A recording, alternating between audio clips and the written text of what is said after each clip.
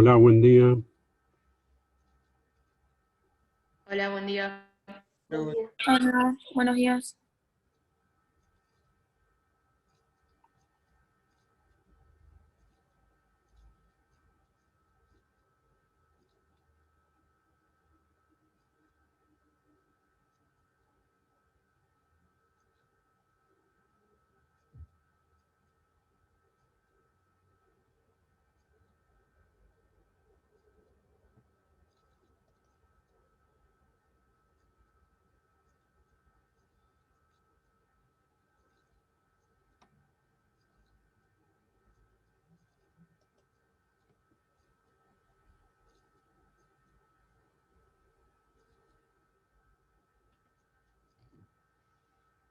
Hoy somos menos, parece.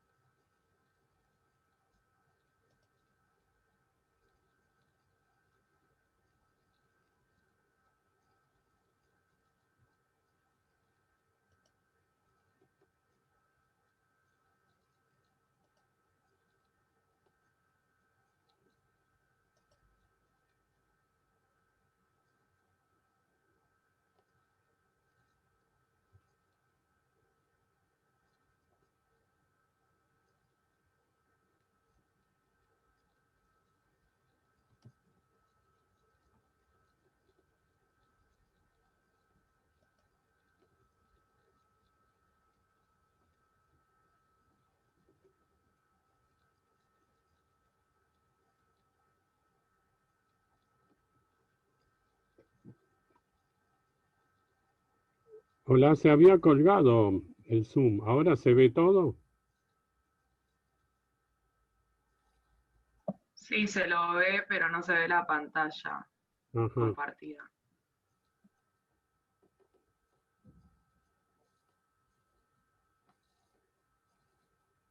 Ahora sí se ve. Ahora sí, se ve.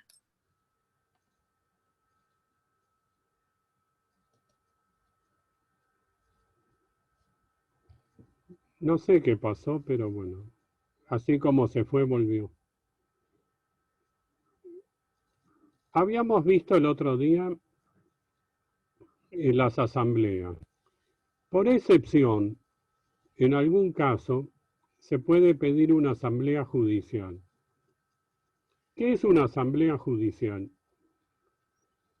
Es que la asamblea la va a convocar el juez y se va a realizar delante del juez. Dice el código, es el artículo 2063, si el administrador o el consejo de propietarios en subsidio omiten convocar a la asamblea, los propietarios que representan el 10% del total pueden solicitar al juez la convocatoria de una asamblea judicial. El juez debe fijar una audiencia a realizarse en su presencia, a la que debe convocar a los propietarios. La asamblea judicial puede resolver con mayoría simple de presentes. Si no llega a una decisión, decide el juez en forma sumarísima. También el juez puede disponer medidas cautelares. Bueno, ¿cuándo se puede entonces pedir la asamblea judicial? Cuando el administrador no la convoca, porque es una función del administrador convocar a la asamblea. Si no la convoca, y si hubiera un consejo y tampoco convocan, bueno, en este caso, quienes superan el 10% del total se pueden presentar ante un juez y pedirle al juez que él la convoque. El código habla del 10%. Vimos la clase anterior que la mayoría se computa de dos maneras, en forma mixta, por unidades y por porcentaje. Acá solo habla de porcentaje. Entonces pareciera que si uno solo tiene el 10%, estaría habilitado para pedirle al juez que convoque a la asamblea, aunque tenga una sola unidad, ¿no? Vimos también que la asamblea se puede autoconvocar cuando hay 2/3. Vimos también que con unanimidad pueden tomar decisiones fuera de la asamblea. Bueno, acá se supone que no se pudo hacer nada de eso. Ni la convoca el administrador, ni pudieron organizarse de ninguna otra manera. Entonces la única chance que queda es esta asamblea judicial. Ahora que estamos en cuarentena, muchos administradores no están convocando, con el argumento de que no se puede hacer asambleas virtuales. Yo entiendo que sí, se puede perfectamente, así como podemos tomar clases de esta forma o puede el Congreso sesionar de esta manera, no veo ningún problema para que se hagan asambleas virtuales. Incluso en muchos edificios se han hecho, no hay ningún problema. Sí habrá que tomar algunos recaudos, notificar a todos, que todos puedan estar enterados. ¿Por qué los administradores no quieren? Bueno, porque a lo mejor les vence su cargo. A veces al administrador se lo designa por un año. A lo mejor en mayo, junio vencía la designación y corren el riesgo de que una asamblea no les renueve. Entonces, para evitar ese peligro, entre comillas, prefieren no convocar a la asamblea. Pero eso está muy mal. Se puede hacer la asamblea virtual sin ningún inconveniente. Bueno, en el caso de que no haya ninguna posibilidad, el juez va a convocar a todos los propietarios a un día y una hora, generalmente en el juzgado. A lo mejor son muchos los propietarios, podría hacerlo el juez en un lugar especial. Hoy, con el tema este del aislamiento, la única chance que veo es que el juez también lo haga de manera virtual, ¿no? No es un juicio. Cuando ustedes estudien derecho procesal van a ver que en los juicios hay un actor que presenta una demanda, hay un demandado que en un plazo contesta la demanda. Esto no es exactamente un juicio, no hay que abrir a prueba. Es un trámite muy rápido, el código habla de sumarísimo, quiere decir que el juez los convoca a todos y va a tomar una decisión. Acá resuelve la mayoría simple. Nosotros vimos que se decide por mayoría absoluta. ¿Por qué? Porque se cuenta sobre el total y no sobre los que están presentes. En cambio acá, en la Asamblea Judicial, es distinto. Se decide por mayoría simple de presentes. Supongamos que son 60 y van 20, con 11 votos habría mayoría, porque se cuenta sobre los que están presentes. Si no hay mayoría, decide el juez. Si la mayoría se computa sobre los presentes y no sobre el total, ¿cuándo no va a haber mayoría? ¿Cuándo va a decidir el juez? Y a mí se me ocurre si hubiera empate. Supongamos que hay 10 y 10, no hay mayoría simple, ahí tendría que decidir el juez. Y dice el código, que aunque no lo dijera, sería así también, el juez puede tomar medidas cautelares. Las medidas cautelares, ustedes van a estudiar en procesal, son algunas medidas que se anticipan a la sentencia para evitar un daño mayor. ¿Cuándo se suele utilizar esto? A veces en un edificio están todos peleados, no hay administrador, unos quieren poner a fulano, otros quieren poner a mengano de administrador.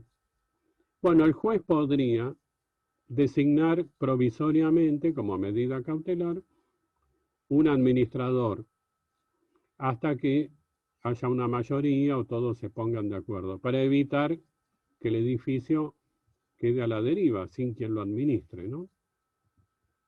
¿Está claro esto?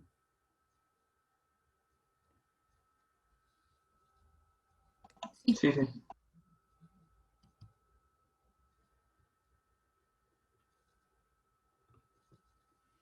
Nosotros ya sabemos que el consorcio es una persona jurídica, ¿no? Y sabemos que las personas jurídicas tienen órganos. El administrador, la asamblea, y puede haber, no es obligatorio, pero puede designarse un consejo de propietarios.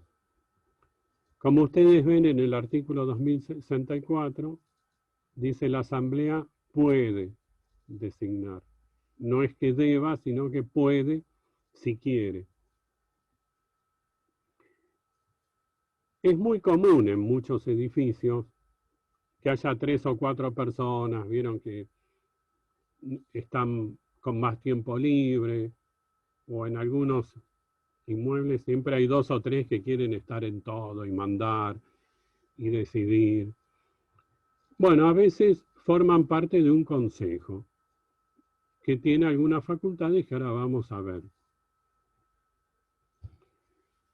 Está bien que sea optativo, porque hay inmuebles sujetos a propiedad horizontal de pocas unidades.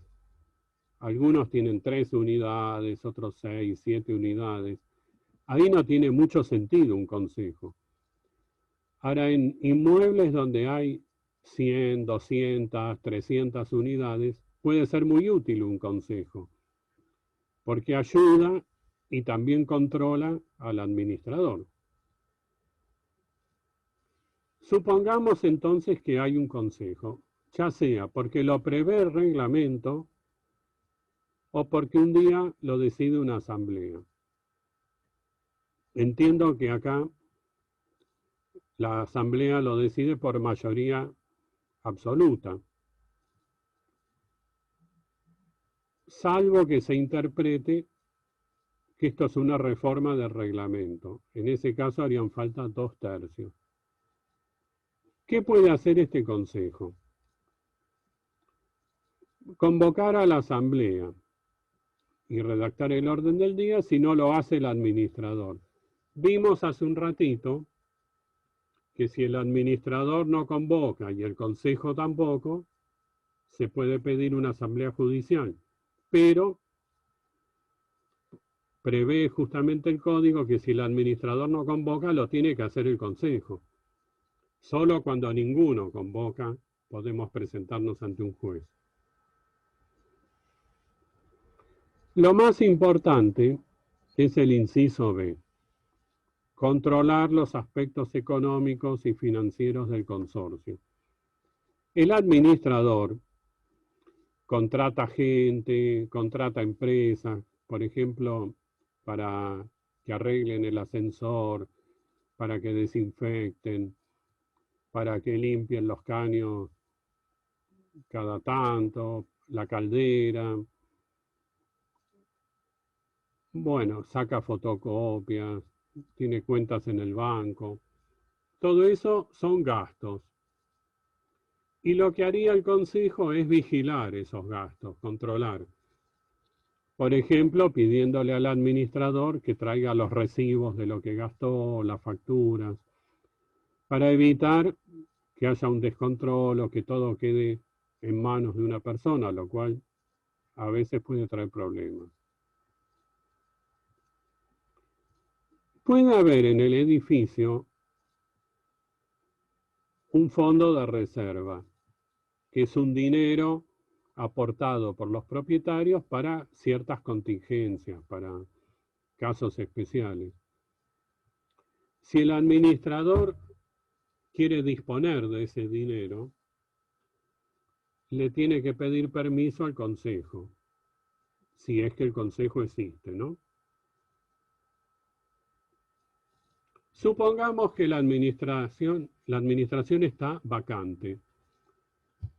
El administrador renunció o lo despidieron y hay que nombrar un nuevo administrador. Todo inmueble sujeto a propiedad horizontal tiene que tener un administrador. Bueno, hasta que se lo nombre al nuevo, dice el inciso D que este consejo va a ejercer la administración del inmueble. Y tiene que convocar a la asamblea en el plazo de 30 días. ¿Para qué? Para designar al administrador. Si no lo hiciera, bueno, se podría acudir a la asamblea judicial que vimos hace un rato.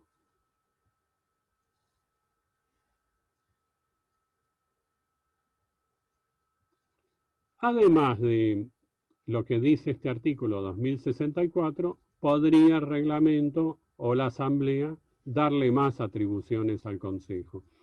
Pero estas son las mínimas que fija el código.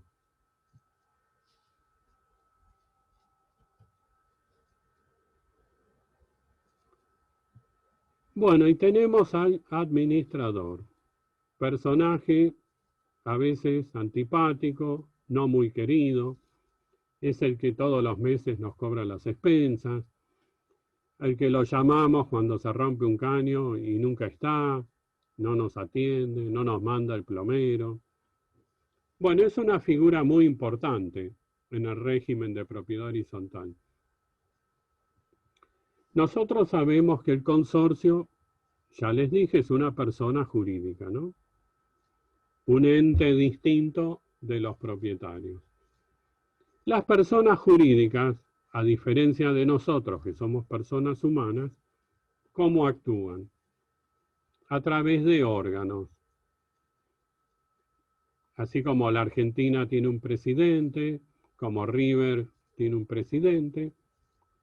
Bueno, esta persona jurídica, que es el consorcio, necesita un representante legal. Y eso es el administrador, un representante del consorcio. Ustedes no han visto contratos todavía. A veces dicen que el administrador es un mandatario. Cuando yo puedo actuar por mí mismo o puedo darle un mandato, un poder a otra persona para que me represente. Esa es una representación voluntaria. Ustedes estudiaron, cuando alguien es incapaz, tiene un representante necesario. Padres, tutores, curadores. Bueno, acá, ¿qué es el administrador? El administrador no es exactamente un mandatario. Es un representante orgánico. Esa es la definición correcta. Aunque ustedes siempre van a leer en muchos lados, incluso en el código, que es un mandatario, es un representante orgánico. Es el brazo de esta persona jurídica consorcio, ¿no? ¿Quién designa al administrador? Nosotros sabemos que para que haya propiedad horizontal tiene que haber un reglamento. No puede haber propiedad horizontal si antes no se sanciona un reglamento. ¿Quién sanciona el reglamento? ¿Se acuerdan?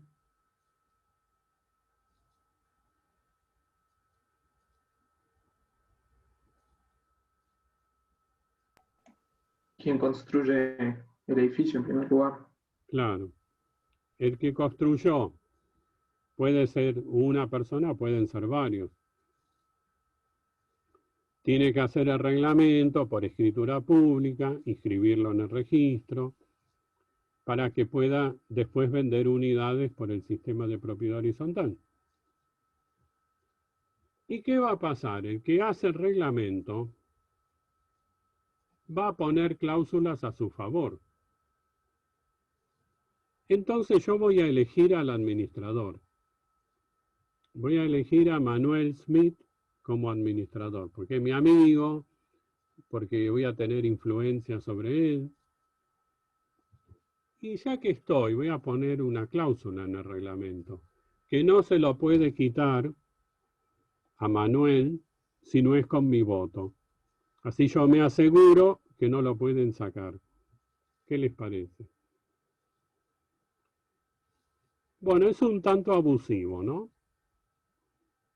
¿Qué dice el código entonces? Dice el administrador designado en el reglamento, es decir, el primer administrador, cesa en oportunidad de la primera asamblea si no es ratificado en ella.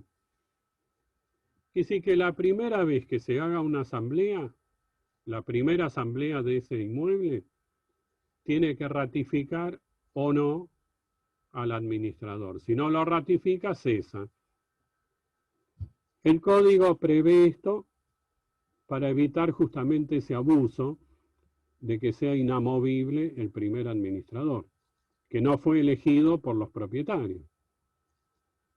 ¿Cuándo tiene que hacerse esa primera asamblea? Dice el código, la primera asamblea debe realizarse dentro de los 90 días de cumplidos los 2 años del otorgamiento del reglamento o del momento que se encuentren ocupadas el 50% de las unidades funcionales, lo que ocurra primero. A ver,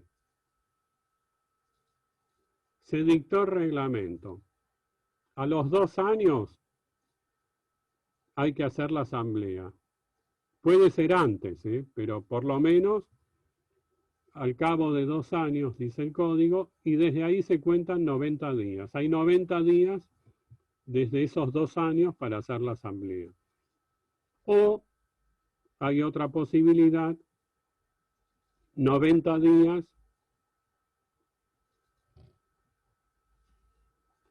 perdón, 2 años desde que estén ocupadas el 50% de las unidades. Esto que dice el código, ocupadas, no es muy feliz. ¿Qué quiere decir ocupadas? Porque puede ser un tenedor, un servidor de la posesión.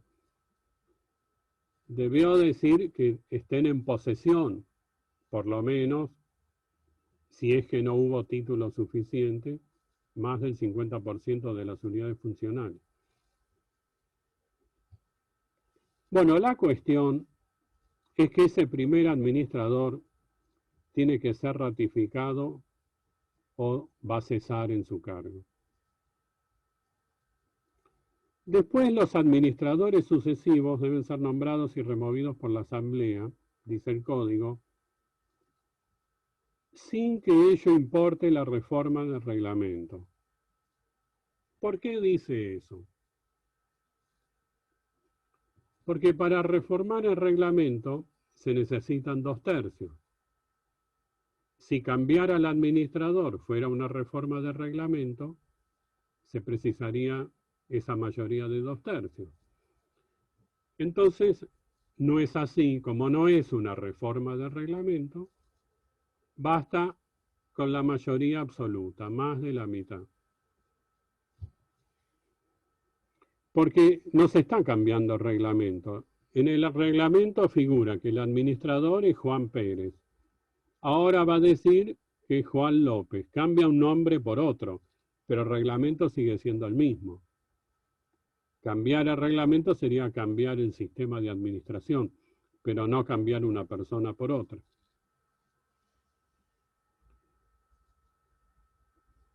Dice, pueden ser removidos sin expresión de causa. Hay dos posibilidades.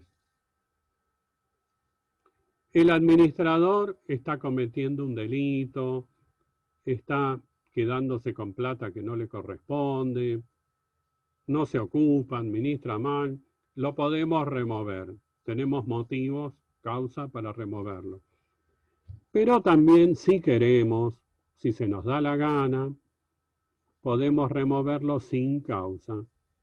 Es una potestad que tenemos por ser en definitiva nuestro representante. Cuando vimos reglamento, vimos que una cláusula que puede tener el reglamento, no es obligatoria, pero puede estar, que diga cuánto dura la designación del administrador. Si es así, en principio habría que respetarla. En principio, porque yo creo que si hay causa, no hay ningún inconveniente en remover al administrador. Y si no hay causa, y creo que también. Pero algunos dicen, yo no estoy de acuerdo, algunos dicen que si el administrador fue designado por un plazo y no se lo respeta, podría tener derecho a una indemnización. Yo no creo que sea así. En la ciudad de Buenos Aires hay una ley 941, una ley local, que creó un registro de administradores. En esa ley dice que los administradores tienen que hacer cursos, tienen que registrarse ahí, que se los puede sancionar si no se portan bien. Y dice, entre otras cosas, que la designación dura 1 año, que después la asamblea lo puede renovar. Para mí, eso es inconstitucional, porque todo lo que tenga que ver con la designación y duración del cargo está en el Código Civil, que es una ley nacional, y una ley local no puede decidir estas cosas, menos alterar una ley nacional, iría en contra de lo que dice el artículo 31 de la Constitución, ¿no?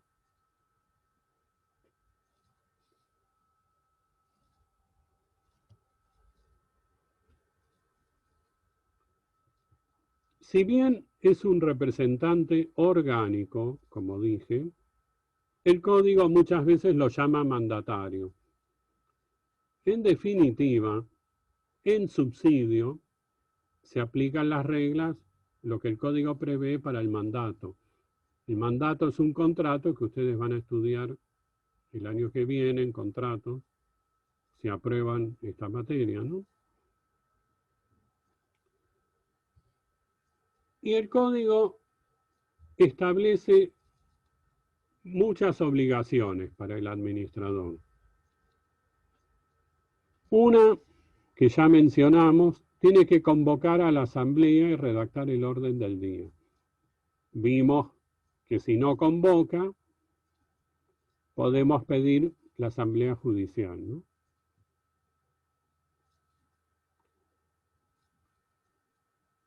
Vimos hace un rato que para disponer del fondo de reserva necesita la autorización del Consejo, si es que el Consejo existe. Puede nombrar y despedir al personal, pero para eso, lo hablamos la clase anterior, necesita la autorización de la asamblea, para evitar serios problemas, como que el despedido demande al consorcio y tengan que pagar los consorcistas una indemnización muy importante. Dice el código... ¿Puedo hacer una pregunta? Sí, claro. Perdón. En el caso de que no exista un consejo de propietarios, ¿va a poder disponer del fondo de reserva sin ninguna autorización previa? Sí, salvo que en el reglamento diga que necesita la autorización de la asamblea, que es lo más Ah, perfecto. conveniente, ¿no? Ahora, Sí. si yo fuera administrador y quiero disponer del fondo de reserva, yo también convocaría a la asamblea, porque después me pueden demandar. También tiene una responsabilidad el administrador. Si gasto mal la plata o hago algo que la mayoría no le gusta, después me podrían demandar. Así que por las dudas, si yo fuera el administrador, sin duda pediría autorización, aunque no haya consejo. Ah, perfecto, perfecto. Profe, yo tengo una pregunta también. Sí, Quería saber si hay un plazo de tiempo límite por el que un administrador pueda ser administrador, digamos. O sea, ¿se podría seguir renovando por mucho tiempo o no? sí, Su sí. cargo. En muchos inmuebles, los administradores están muchos años. Cuando no hay problemas y todo va bien. No les dije, Perfecto, gracias. no lo dije, pero puede ser cualquiera el administrador. Puede ser una persona humana o una persona jurídica, ¿no? Y puede ser un consorcista. Por ejemplo, donde yo vivo somos 7 nada más. Y una vecina administra. Ella tiene esa vocación, le gusta hacerlo. Y para nosotros es fantástico, porque tener el administrador en casa, que conoce mejor que nadie los problemas, la tenemos a mano. Es decir, es una posibilidad también. Cualquiera puede ser el administrador.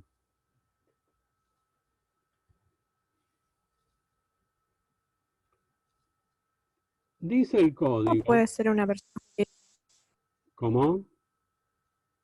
¿Cómo una persona jurídica puede ser el representante de otra persona jurídica?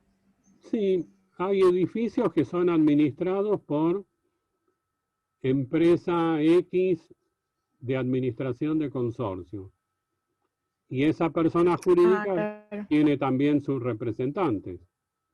Pues, si es una sociedad anónima, tiene un director o un gerente. Cuando ustedes estudien derecho comercial van a ver las distintas figuras que hay y quién los representa. No hay problema.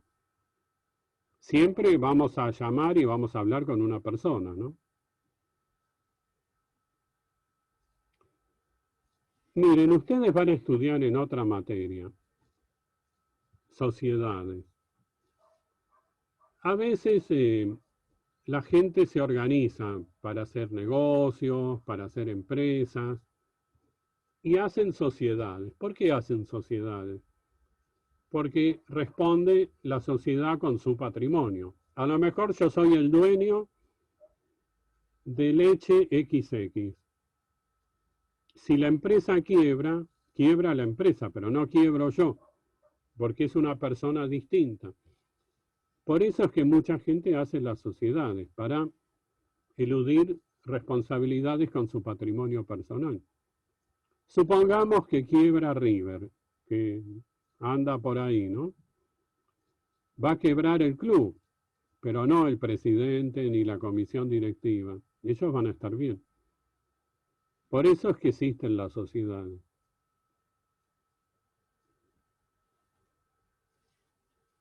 Dice el código que tiene que contratar un seguro integral de consorcio. La ley anterior decía que tenía que contratar un seguro de incendio. Ahora dice seguro integral, pero no sé si existe este seguro integral. Son muy pocas las compañías de seguro que yo sepa que lo instrumentaron y muy pocos los consorcios que lo tienen. Que sería no solo contra incendios, sería un seguro contra todo tipo de daños, porque puede haber daños que, supongamos que se cae un balcón se hunde el ascensor, alguien muere, se cae por el agujero. Todos esos son hechos que pueden generar la responsabilidad del consorcio.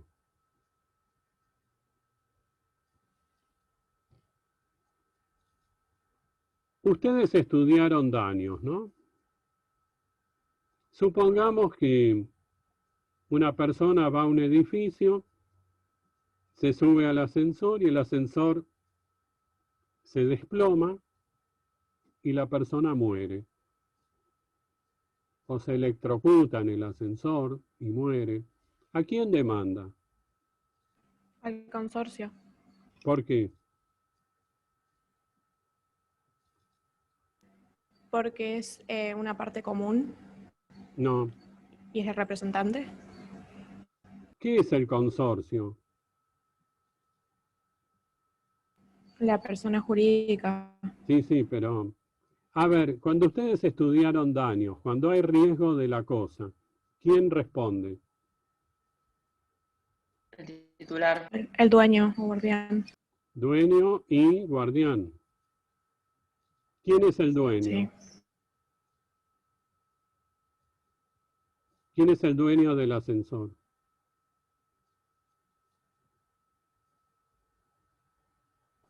Todos los propietarios. Claro. ¿Y además se puede demandar al consorcio?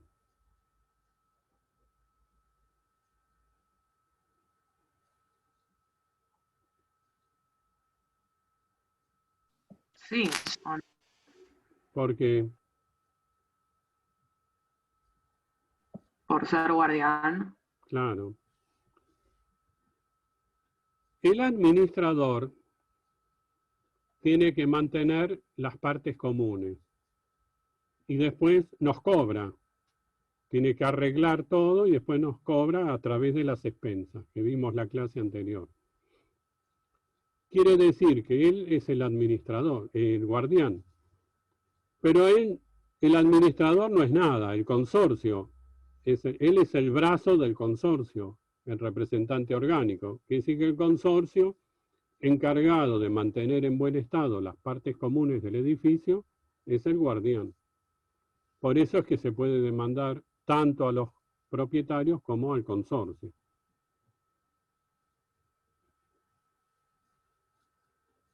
Supongamos que demando al consorcio, porque me es más fácil demandar al consorcio, que es uno solo, que demandar a 100 personas. Sería un juicio muy complicado. Gano el juicio. El consorcio me tiene que pagar, pero no me paga. ¿Qué hago?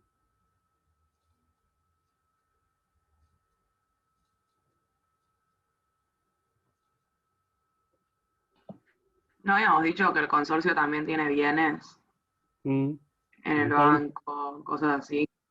entonces, O sea, se le pueden embargar ajá, o ejecutar los bienes. sí, el fondo de reserva, la cuenta del banco, pero no alcanza. Me tienen que pagar 2 millones y hay 100.000 pesos para el consorcio. El consorcio es insolvente. ¿Qué puedo hacer? Y si no prescribió la acción, yo demandaría a alguno de los propietarios más solventes porque es responsabilidad concurrente. Uh-huh. ¿No responde el administrador en forma solidaria? No. Él es un representante y cobra una retribución. ¿Se podrá demandar en garantía al seguro? Si hay seguro, sí. Sí.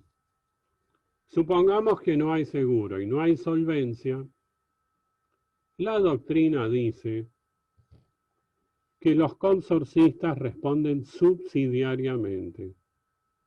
Es decir, si hay insolvencia del consorcio, subsidiariamente responden los consorcistas. Es decir, a través de las expensas va a llegar lo que cada uno tiene que pagar y habrá que pagarlo.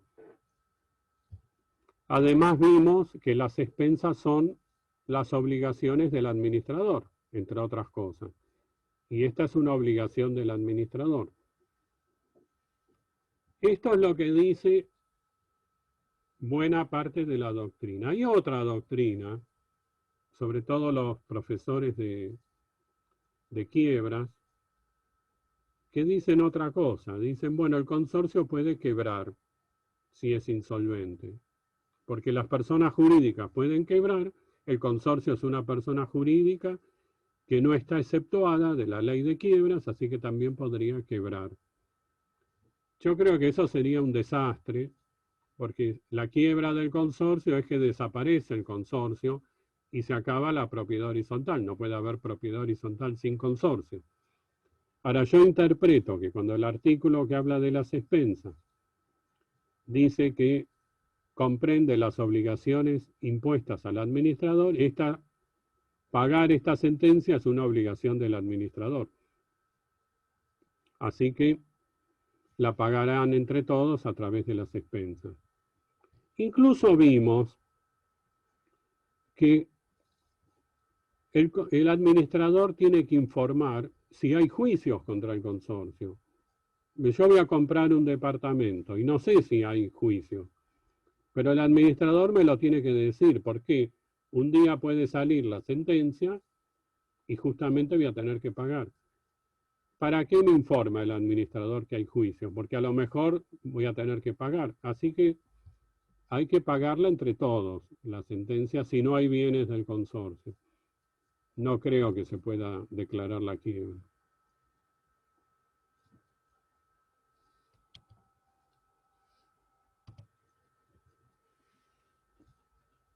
Esta ven es otra obligación. Dice, notificar a todos los propietarios, al menos en 48 horas, la existencia de reclamos administrativos o judiciales.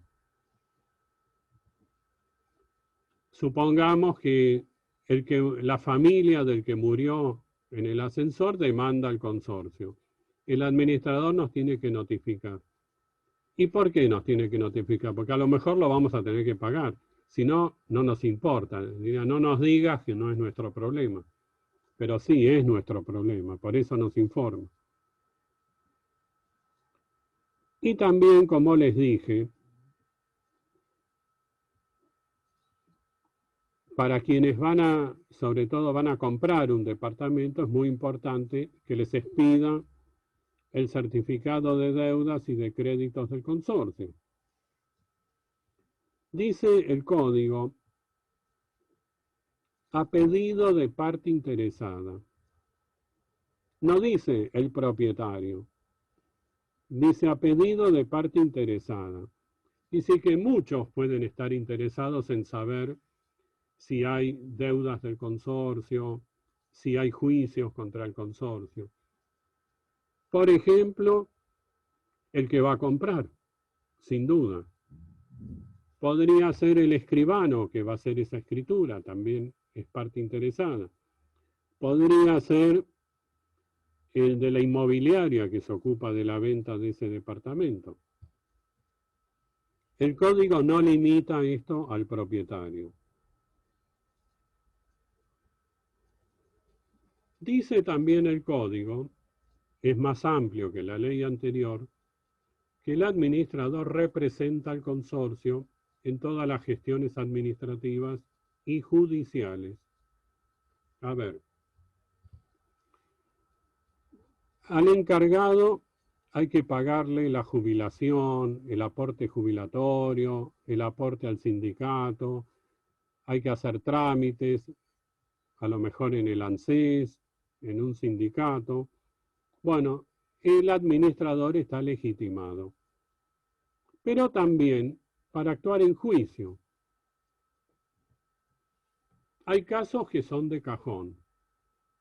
Por ejemplo, vimos que si un propietario incurre en alguna infracción, hace ruidos molestos, tiene mercadería peligrosa, vimos que el administrador lo puede demandar para que cese. Si no se pagan las expensas, el administrador vimos que emite un certificado que es título ejecutivo. Puede demandar para cobrar las expensas. Si puede despedir al personal, puede también intervenir en los juicios laborales que haga ese personal despedido. Pero el código es más amplio, dice en todas las gestiones judiciales, todas. Y sí que en todos los juicios que haya contra el consorcio, nos va a representar el administrador. No tenemos que ir todos al juicio a contestar la demanda, salvo que nos demanden personalmente. Pero si demandan al consorcio, el que va a representarnos es el administrador. Si yo fuera administrador y demandan al consorcio, no solo notificaría a los propietarios, como dice el código, que tengo 48 horas para hacerlo, sino que también convocaría una asamblea, les contaría bien de qué se trata, por qué están demandando al consorcio, y también pediría instrucciones para no hacer algo que después me lo reprochen.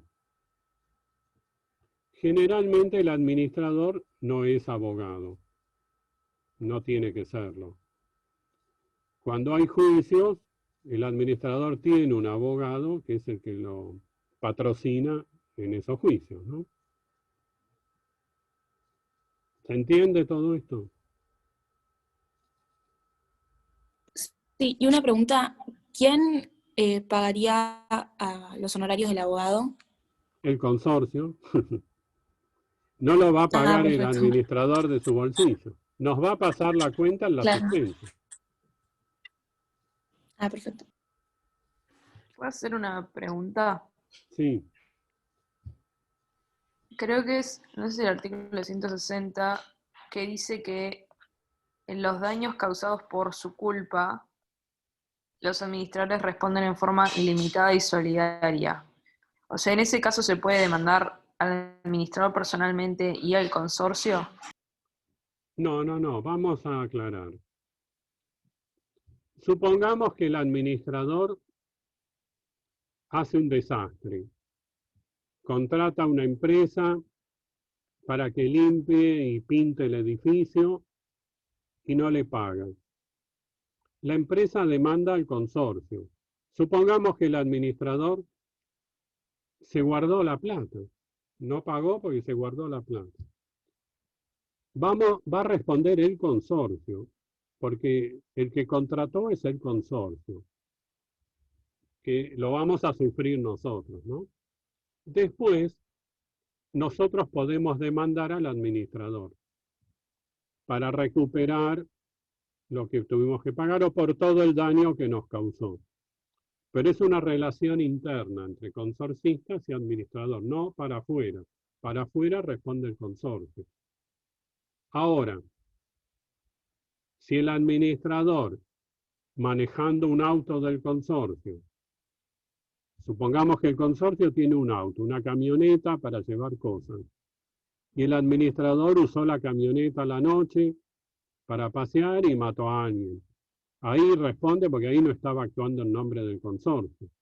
Pero cuando actúa en nombre del consorcio, el que responde es el consorcio y después el consorcio podrá repetir contra el administrador. ¿Se entiende? Perfecto, gracias.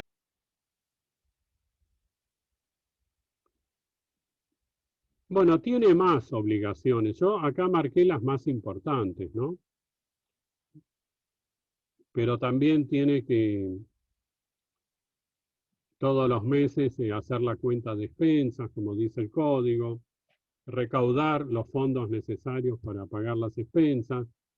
Si alguien no paga, entonces lo puede demandar.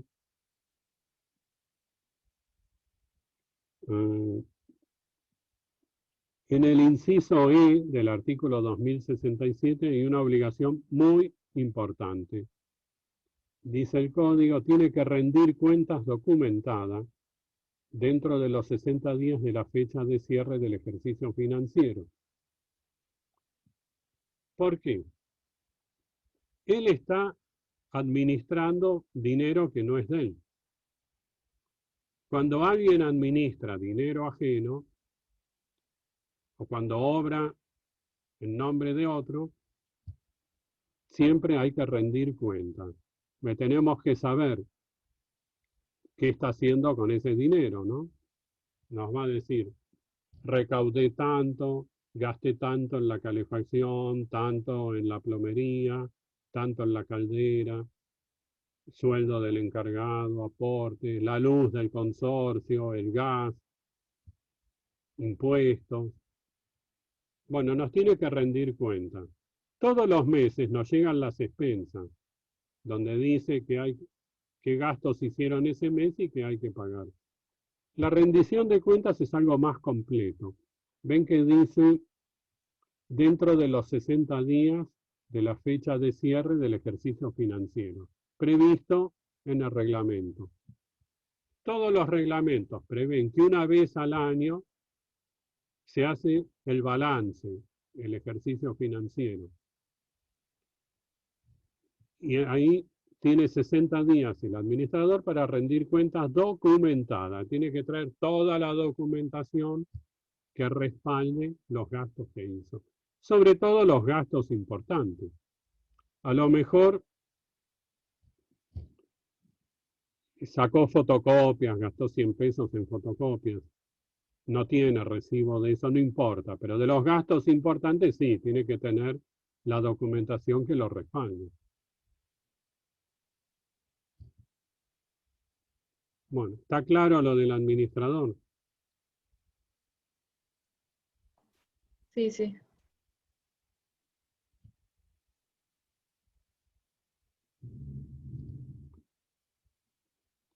No es obligatorio, pero puede ser que un inmueble sujeto a propiedad horizontal adopte esta figura de los subconsorcios. ¿Qué dice el código?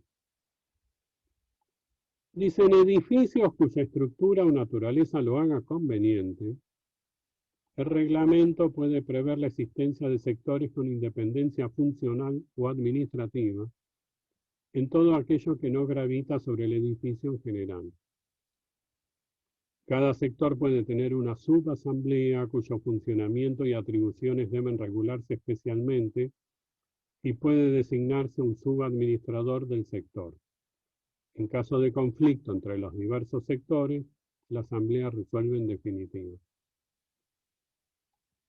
Frente a terceros responde todo el consorcio. A ver, ustedes quizás han visto, hay edificios muy grandes que tienen muchas unidades y en la planta baja es una galería con muchos locales. Y a lo mejor también hay cocheras. Son moles inmensos. He visto muchos en Mar del Plata, por ejemplo, de este tipo. ¿Qué pasa? Los que tienen departamentos quieren que se mejore la parte de los departamentos. Que se pinte la escalera, los pasillos, por ejemplo. Y los que tienen locales tienen mucho más interés en que se mantenga en buen estado la parte de la galería, que es la que a ellos les conviene. No les importa tanto lo otro. Bueno, el reglamento podría prever, no es obligatorio, dividir y hacer subconsorcios. Es decir, que los departamentos tengan su propio administrador y su propia asamblea, los locales su propio administrador y su propia asamblea, y dividirse los gastos. Por ejemplo, los que tenemos departamentos nos vamos a pagar el mejoramiento de todo lo que es el edificio en la parte de departamentos. Los que tienen locales en la galería van a invertir en eso y lo van a pagar eso. Si no está previsto esto, ya sabemos que las expensas se pagan entre todos de acuerdo a un porcentaje. Esto únicamente es si está previsto en el reglamento. Ven que dice el reglamento puede prever. Puede, no es obligatorio.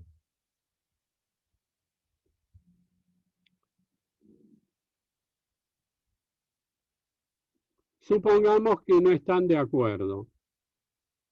Los que tienen departamentos deciden una cosa o quieren algo, los de los locales quieren algo diferente. Dice el código en el segundo párrafo, al final, en caso de conflicto entre los diversos sectores, la asamblea resuelve en definitiva. Es decir, se va a hacer la asamblea con todos, porque existe eso, no dejó de existir, y va a resolver el conflicto, va a tomar una decisión. Esta división en subconsorcios es interna, como si ustedes son 70 y algo, se dividen, dicen 30, nos manejamos de una manera, 30 de otra, pero en definitiva el curso es uno solo, es una división entre ustedes, inoponible a terceros. Por eso dice al final el artículo, frente a terceros, responde todo el consorcio. Supongamos que se desprende una pared y mata a alguien en la calle, van a demandar a todo el consorcio, no al subconsorcio donde está la pared, porque eso es interno, ¿no? Frente a terceros. ¿Sí? Una pregunta. ¿Y cada subconsorcio tiene su patrimonio? Internamente sí, pero frente a terceros va a haber un solo patrimonio porque hay un solo consorcio. El consorcio es uno solo. Se hacen divisiones de, digamos, de funcionamiento. A Perdón, veces, una pregunta. sí. Perdón. No, perdón. ¿Cuál era la pregunta? ¿Hablo? Sí, no, quería saber si responde el consorcio en general contra terceros. Después los subconsorcios tienen acciones de repetición entre sí. Bueno, es muy raro eso, salvo que si el reglamento lo prevé, sí, si no, no. Pero ponele, si un solo, o sea, si uno de los subconsorcios no puede pagar, entonces tiene que pagar todos los otros.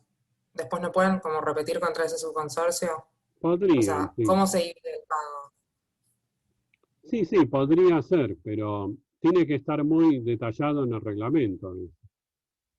Porque además, ven que dice en caso de conflicto, decide la asamblea.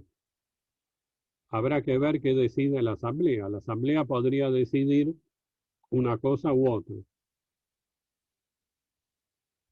Igual es muy raro que esto pase, no es común. Tienen que ser edificios muy grandes. Ven que dice edificios cuya estructura o naturaleza lo haga conveniente. Son pocos. A veces también, por ejemplo, en un consorcio hay 2 torres. Por ejemplo, en Palermo, yo conozco una torre que tiene, qué sé yo, 30 pisos cada torre. Son iguales, tienen la misma pileta, el mismo gimnasio. O no, cada uno tiene su gimnasio, pero la misma pileta. Bueno, podrían, si quieren, dividir los gastos por torre, que cada torre se haga sus propios arreglos, sus propios gastos. No lo veo muy práctico, pero podrían, si quieren. Pero es nada más que para hacer más ágil el funcionamiento interno.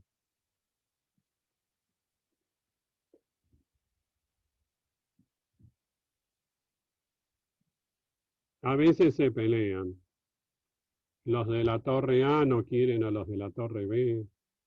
La gente es complicada, ¿no?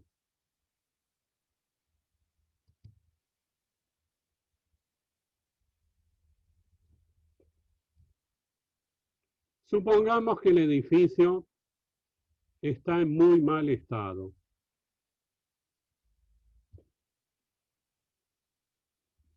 hay que hacer muchos arreglos, eso es muy caro, no tenemos plata. Bueno, ¿qué se puede decidir? Si ustedes ven el artículo 2055, la mayoría, acá sí que supere la mitad del valor, lo dice el código, acá se aparta del cómputo mixto, acá pide más de la mitad del valor. Bueno, pueden decidir que se demuela el edificio y que se venda el terreno y los materiales y se reparten la plata, o que se repare el edificio, o que se reconstruya. Son las tres posibilidades.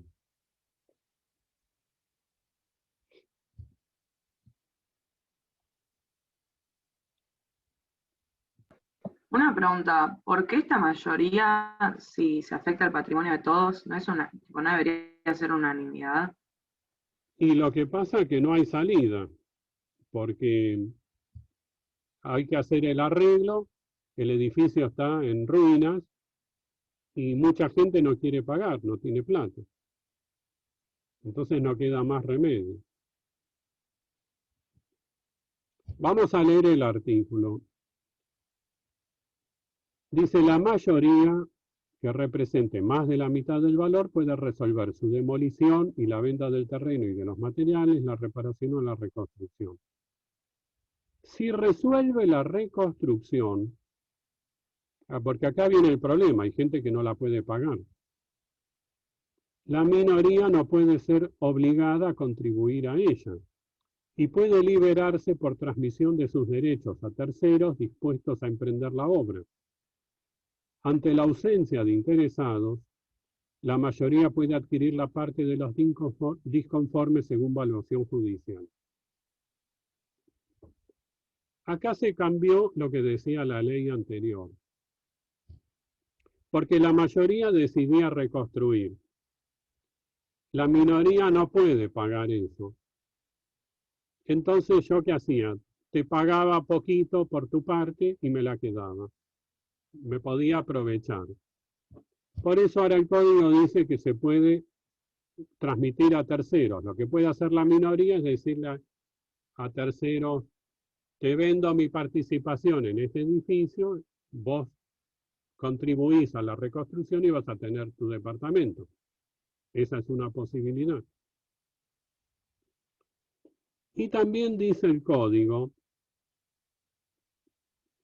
que si no hay interesados, no hay ningún tercero que quiera comprar en esas condiciones, la mayoría puede adquirir la parte de los disconformes según valuación judicial. Es decir, que si la mayoría le quiere comprar a la minoría, va a tener que pagar una evaluación judicial, es decir, una evaluación que se haga en un juicio, con el control de un juez, para evitar el abuso. Es decir, que la mayoría se quede con la parte de la minoría por poca plata. Porque si yo estoy ahorcado porque no puedo pagar el arreglo y voy a perder todo, tendría que aceptar lo que me den. Ahora no, me tienen que dar lo que diga el juez. Así se garantiza que la minoría se lleva algo más de lo que podría llevarse en otras condiciones. ¿Se entiende? Es raro también que pase esto, que se aplique este artículo. Pero el código lo prevé. Y una pregunta, Sí. con referencia a la mayoría, no importa cómo lo cuenten, si con unidad funcional o con porcentaje. No, es por porcentaje, acá lo dice 2055. Dice, por mayoría que represente más de la mitad del valor. A ver, la mayoría se cuenta de forma mixta, por unidad y por valor, ¿no? Pero esta es una norma especial, más especial que la especial. Entonces, la norma especial va a prevalecer sobre la general. Acá tiene que ser más de la mitad del valor. Y no está mal, porque lo que está en juego acá son valores, dinero. ¿Sí? Claro, sí, perfecto. Que a lo mejor en un edificio donde hay muchas unidades pequeñas y poquitas muy grandes, podrían decidir por mayoría, y a las que tienen las muy grandes les sale carísimo la reconstrucción. Por eso acá el código prefiere computar por valor y no por unidad, porque de lo que se trata es justamente de poner dinero.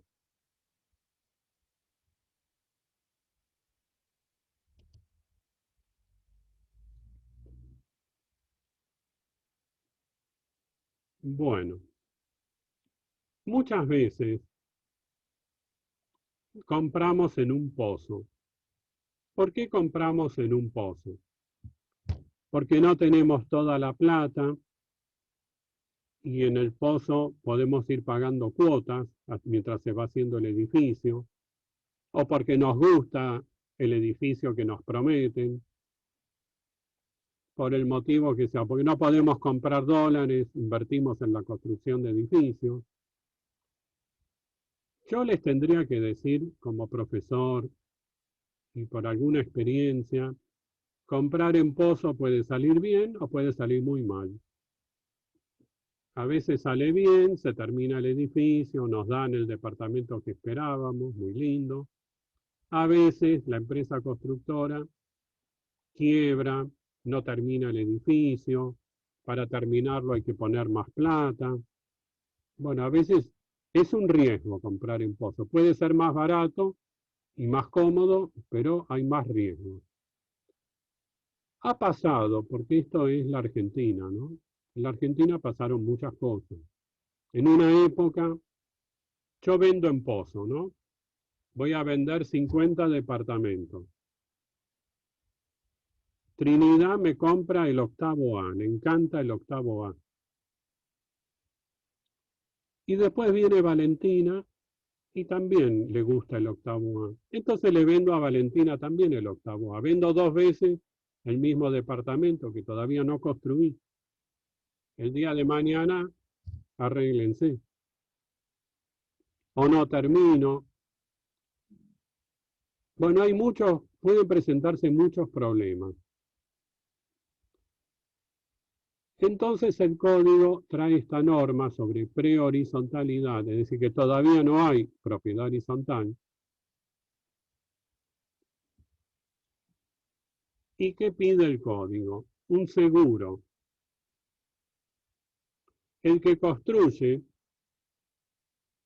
tiene que contratar un seguro que nos garantice a nosotros que si no termina, pasa algo, etcétera, etcétera, el seguro nos va a pagar la plata que pusimos, nos la va a devolver. A ver. Dice, el titular del dominio del inmueble debe constituir un seguro a favor del adquirente para riesgo de fracaso de la operación.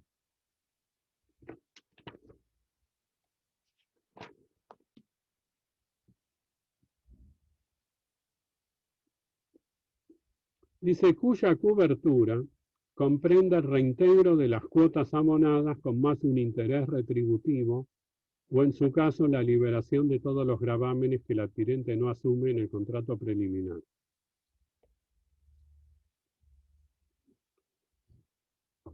Vamos pagando cuotas, ¿no? Todos los meses pagamos 20.000 pesos, 30.000, la cuota de la construcción. Dentro de 3 años, la empresa quiebra. ¿Qué nos van a devolver?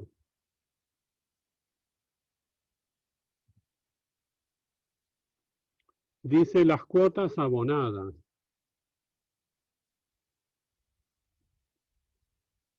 En un país como la Argentina, con la inflación horrible que tenemos, nos van a dar monedas dentro de 3 años. No van a compensar la plata que pusimos. Solo se compensaría si fueran dólares. Pero estos contratos se hacen en pesos y además ninguna compañía de seguros va a querer contratar en dólares, obligarse en dólares. Así que esto nos cubre, yo diría, un poquito, no es gran garantía este seguro obligatorio.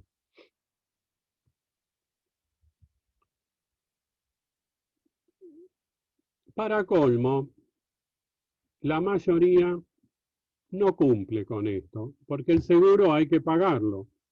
La compañía de seguros no lo hace gratis. Y eso encarece la construcción. O le sale más caro a la empresa constructora lo que quiere es gastar lo menos posible. Si puede poner caños de papel, que son más baratos, va a poner caños de papel. Lamentablemente, ¿no? Quieren ahorrar.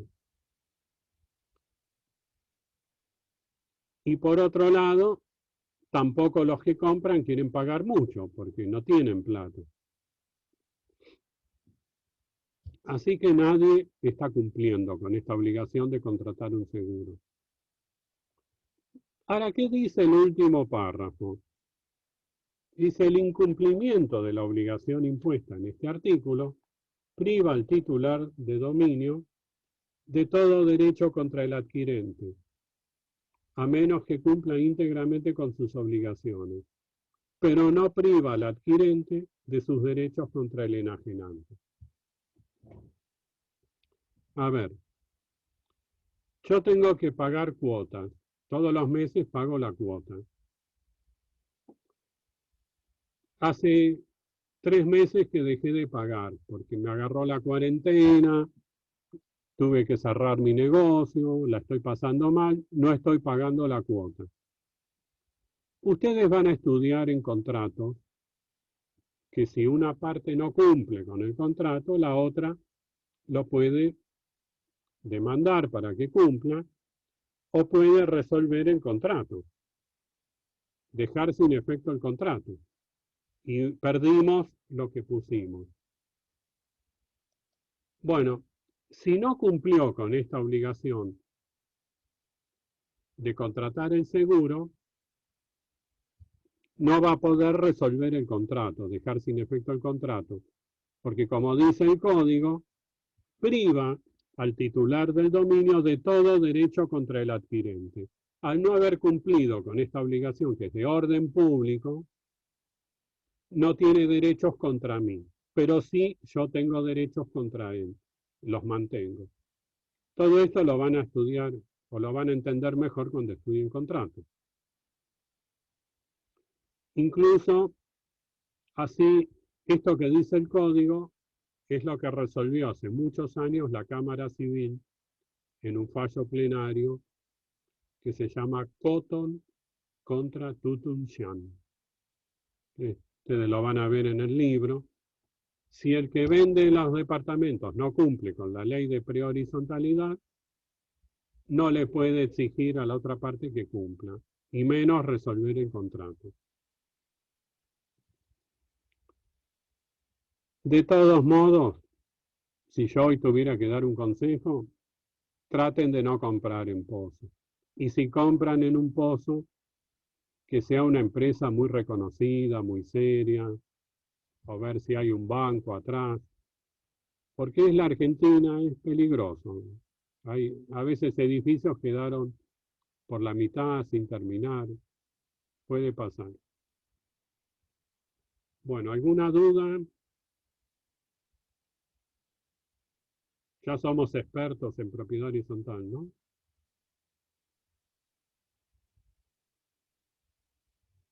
Bueno, los veo el lunes entonces. Hasta luego. Chao, muchas gracias. Chao, gracias. Chao, bro. Chao, gracias. Chao, gracias.